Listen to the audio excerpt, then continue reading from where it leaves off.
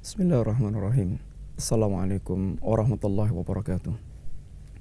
Innal hamdalillah wassalatu wassalamu ala Rasulillah wa ala alihi wa ashabihi wa mawalah wala haula wala quwata illa billah ma ba'd.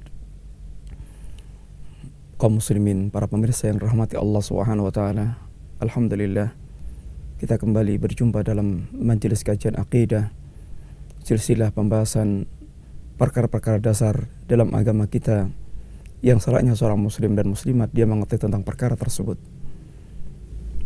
Kaum muslimin dirahmati Allah Subhanahu wa taala, kita telah menyampaikan beberapa pembahasan yang berkaitan dengan kenapa kita bicara akidah. Apa arti pentingnya kita berbicara akidah? Sungguh telah kita awali pembicaraan kita tentang pentingnya kita bicara akidah, karena sungguhnya akidah merupakan tujuan tauhid. Mentauhidkan Allah merupakan tujuan kehidupan manusia. Hanya menyembah Allah dan tidak menyembah selain Allah, menjadikan kehidupan kita totalitas untuk Allah, dan ini tentu berkaitan dengan akidah yang diajarkan Allah SWT, sehingga manusia hanya mereka menyembah kepada Allah yang gaib, dan merupakan perkara akidah yang terbesar. Demikian pula bahwa akidah yang menentukan amal kita diterima Allah atau tidak. Amal tanpa akidah yang sahihah, tanpa akidah yang benar, tidak akan diterima Allah SWT. Demikian pula bahwa akidah telah menjadikan kehidupan manusia teratur. Dia mengetahui hakikat kehidupan dan telah mengantarkan manusia memiliki kebahagiaan yang hakiki dunia dia, dalam menghadapi kehidupan dunia, lebih-lebih di tengah kehidupan materialis yang orang serba membanggakan kebendaan.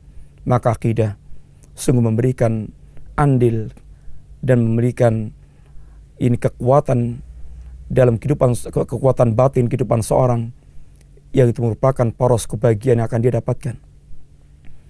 Demikian pula akidah telah menjadikan seorang memiliki kekuatan yang luar biasa, memiliki kekuatan jiwa untuk bersabar menghadapi sulitnya medan kehidupan, menghadapi beragamnya musibah yang dia terima.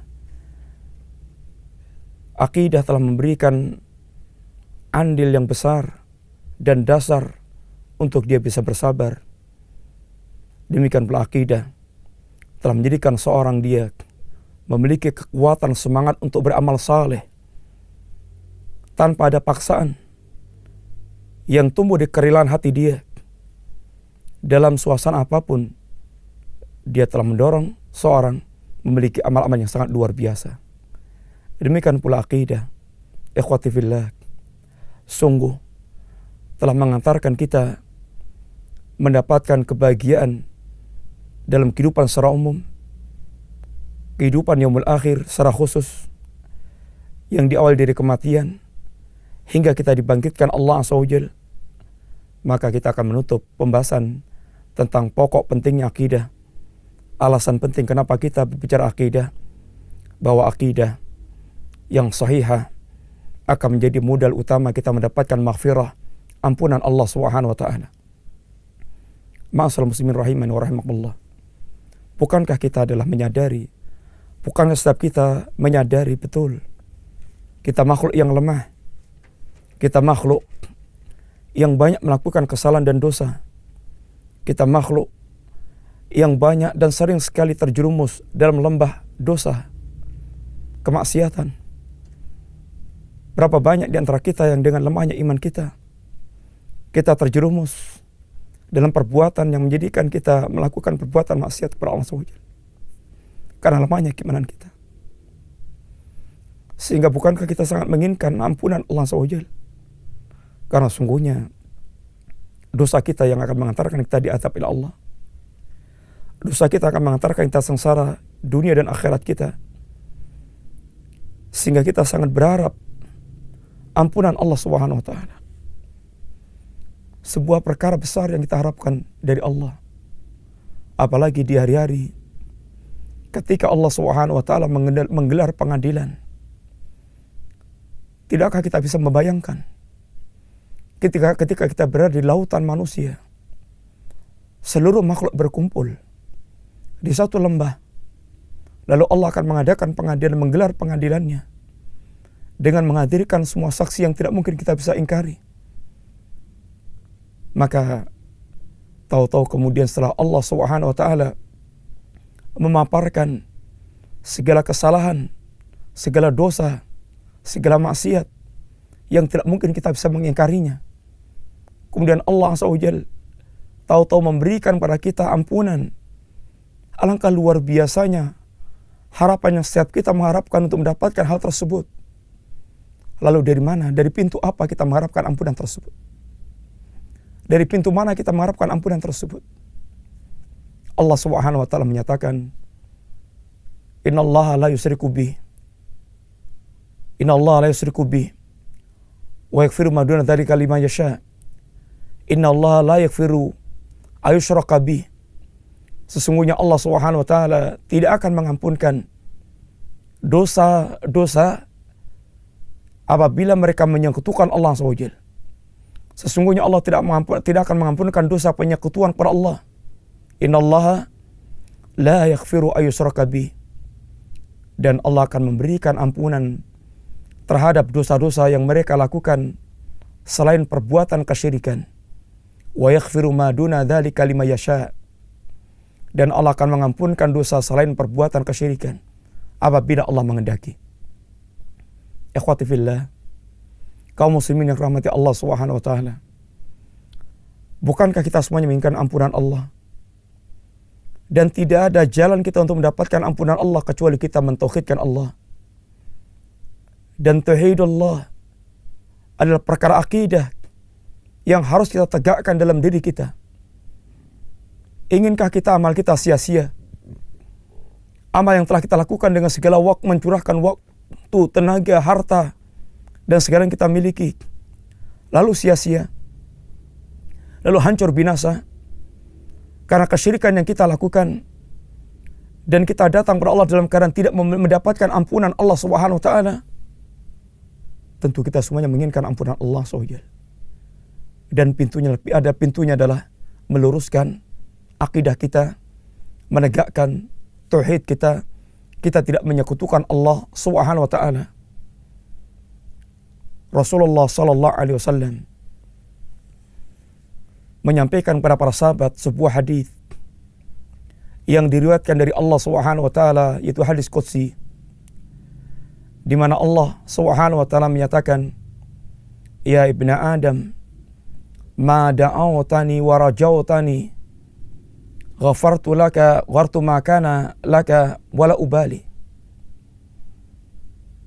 Wahai anak Adam, seandainya Anda selalu berdoa kepadaku dan Anda selalu berharap dengan doa-doa Anda,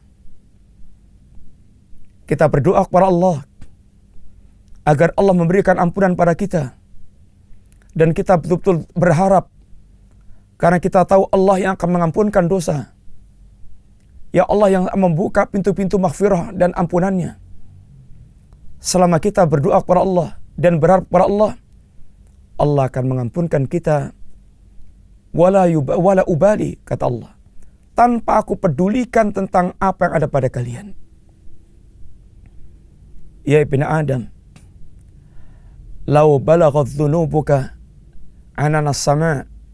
Wahai anak Adam, seandainya dosa Anda itu sepenuh langit, sampai mencapai langit, dosa yang besar, yang sangat banyak, dosa yang membuat manusia boleh jadi putus asa dengan perkaranya. Tsumma astaghfartani, akan tapi setelah itu Anda pun beristighfar kepada Allah, Anda meminta ampun kepada Allah, Anda merintih dan bersimpuh dan berharap ampunan Allah. Anda beristighfar, kita beristighfar kepada Allah SWT, meminta ampun kepada Allah dengan taubat dan istighfar kita, maka ghafartu lak, akan aku ampunkan dosa-dosa kalian. Ya ibn Adam, lau ataitani biqurabil ardi khataya. Wahai anak Adam, seandainya Anda datang padaku biqurabil ardi khataya, dengan dosa sepenuh bumi, dosa yang sangat banyak. Thumma laqitani la tusriku bi syai'a. Lalu Anda datang kepadaku dalam keadaan Anda tidak menyekutukanku sama sekali. Ghafartu lak. La ataituka biqurabil ardi khataya. Wa la ataituka biqurabil ardi maghfirah. Demikian pula akan aku datangkan pada Anda biqurabil maghfirah, ampunan sebesar dosa yang Anda bawa. Ya ibadi, law ataitani biqurabil ardi khataya thumma laqitani la tusriku bi syai'an la ataituka biqurabil maghfirah.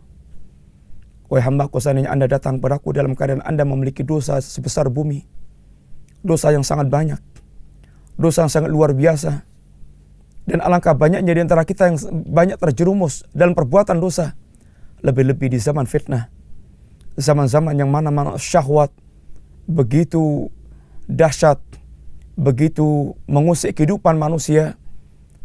Banyak orang saleh yang mereka terjerumus dalam perbuatan dosa dan maksiat karena dampak fitnah-fitnah yang ada. Wahai kaum muslimin, wahai hamba Allah yang menginginkan ampunan Allah, seandainya Anda datang pada Allah dalam keadaan dosa yang besar, akan tapi Anda pula datang pada Allah dalam keadaan Anda membawa tauhid tanpa menyekutukan Allah sama sekali, berharaplah akan datangnya ampunan Allah. Allah akan mengampunkan, memberikan ampunan dengan ampunan sebesar dosa yang kita bawa. Apa yang menjadikan Allah mendatangkan ampunan untuk kita? Karena kita datang pada Allah tanpa kita menyekutukan Allah sama sekali. Dengan apapun. Kita tidak pernah menyembah kubur. Kita tidak pernah menyembah malaikat, menyembah nabi, menyembah wali. Kita tidak beristighasah kepada mereka. Kita tidak meminta kepada mereka. Akan tapi kita mentauhidkan Allah SWT yang merupakan hak khusus bagi Allah SWT. Ma'asyiral muslimin, rahimani wa rahimakumullah. Ini semuanya tentunya memberikan harapan pada kita dan mendorong para kita agar kita betul-betul mempersiapkan diri, menjadikan kita menjadi orang yang memiliki akidah yang lurus, berbenah diri, berbekal diri dengan satu perkara pokok yang menentukan kehidupan kita selamanya, itu lurusnya akidah kita dan benarnya akidah kita.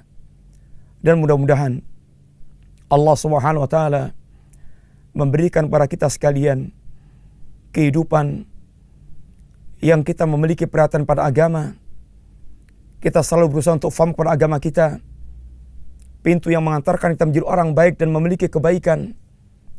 Lalu Allah memberikan istiqamah kepada kita. Dan seandainya Anda dan kita semuanya orang yang pernah terjerumus dalam perbuatan dosa dan maksiat, jangan putus asa. Segeralah Anda berbenah diri. Karena Allah Subhanahu wa taala telah menyuruh dengan kelembutan hati dan kelembutan Allah taala. Qul ya ibadiyalladzina asrafu ala anfusihim la taqnatu min rahmatillah. Innallaha yaghfiru dzunuba jami'an. Innahu huwal ghafurur rahim. Wahai hambaku yang melampaui batas, yang selama ini telah berbuat dosa dan maksiat, sampai toh Anda melakukan perbuatan kesyirikan menyekutukan Allah SWT, la taqnatu min rahmatillah. Janganlah pernah Anda berputus asa dari rahmat Allah Subhanahu wa taala. Innallaha yaghfiru dzunuba jami'an.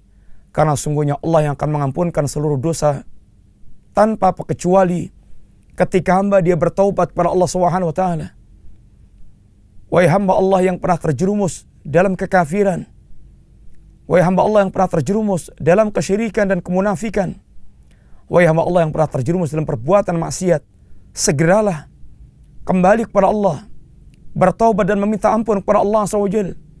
Allah membukakan pintu ampunan dan jangan terlambat untuk bertaubat kepada Allah SWT.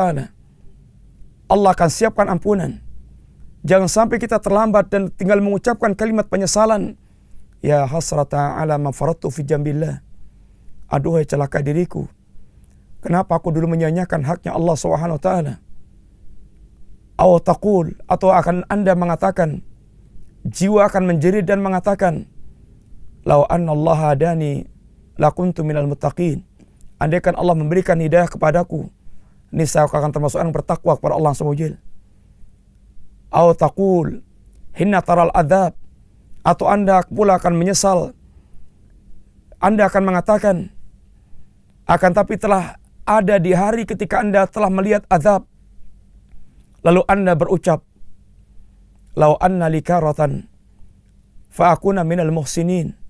Seandainya aku dikembalikan sekali saja ke dunia, niscaya aku akan termasuk orang berbuat baik. Semuanya telah dijelaskan Allah, dan Allah telah menutup dengan sebuah kalimat, bala qad ja'atka ayati fakadzabta biha wastakbarta wa kunta minal kafirin. Wahai hambaku, sesungguhnya semuanya telah aku datangkan kepada Anda. Ayatku telah datang pada Anda. Telah datang ayatku kepada Anda. Rasulku telah datang pada Anda. Para pewaris nabimu telah datang dan telah menyampaikan pada Anda. Akan tapi masalahnya Anda selama ini telah mendustakan ayat-ayatku. Anda telah tampil sombong. Dan Anda mengingkari. Anda termasuk orang mengingkari yang kafir. Masalah muslimin, mudah-mudahan Allah SWT menjadikan kita di antara hamba Allah yang menutup kehidupan kita dengan kalimat la ilaha illallah, yang kita datang kepada Allah dalam keadaan bertaubat kepada Allah, dalam keadaan membawa akidah yang sahihah, merupakan modal utama kita untuk selamat di hadapan Allah SWT. InsyaAllah kita sambung pembicaraan kita di majelis-majelis yang akan datang, tafsilat, rincian-rincian akidah yang mesti kita pelajari dan kita fahami, yang merupakan kebutuhan setiap muslim dan muslimat apabila kita menginginkan lurusnya kehidupan dan selamatnya kita hingga menghadap Allah Subhanahu wa taala. Semoga manfaat. Wassallallahu ala nabiyyina Muhammadin wa ala alihi wa sahbihi wasallam. Assalamualaikum warahmatullahi wabarakatuh.